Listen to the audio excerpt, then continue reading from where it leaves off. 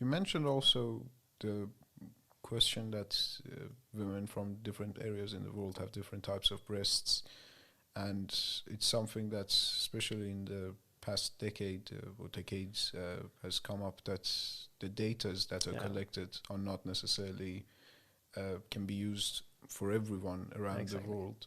You've had participated in a multi-million data gathering project.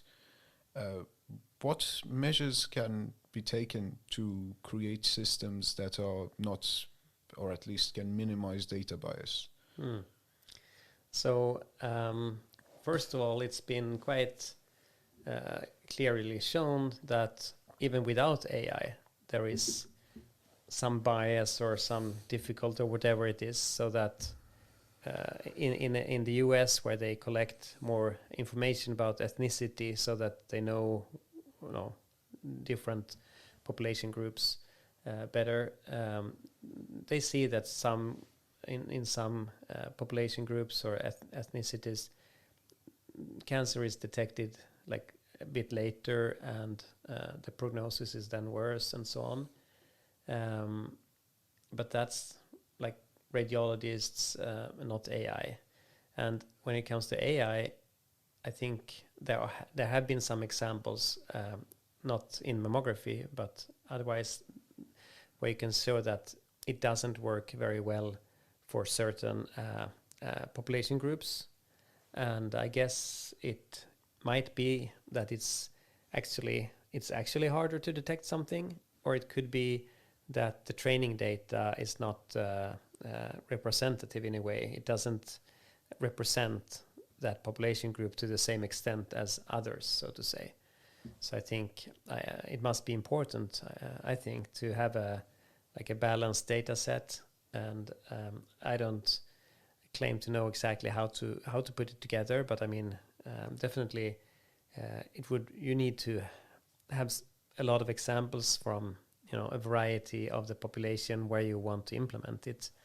And what we try to do is we have a collaboration now in Sweden called VIB, Validation of AI for Breast Imaging, which is a collaboration between Stockholm, Linköping and Skåne, the universities there, and regions, the caregivers, and also the Breast Cancer Förbundet, the Breast Cancer Association, the patient organization, they're involved, where we try to set up a platform of cases, women that got breast cancer, women that stayed healthy, and their mammograms, to be able to evaluate different algorithms in the same data set. So it's like, when you want to see how fast someone can run 5,000 meters, you don't ask them to go do your own study. You want them to run on the same track, under the same circumstances. So it's kind of similar here. So we want to have one validation data set and compare all algorithms in that one. And for that validation, we will also include information that is not ethnicity in itself, because we don't really collect it in that way in Sweden, but we will have some information about the geographical, like the birth country will be kind of connected, so that we can analyze not the country, but at least the region in the world where they come from, and see if the AI algorithms might perform worse for some population groups. And we'll also investigate socioeconomic groups and see if there is any difference in the performance depending on that. So yeah, I agree. It's something that has become more important, and especially since it's very hard to. AI is a little bit of a black box, so it's hard to really look inside and see these biases.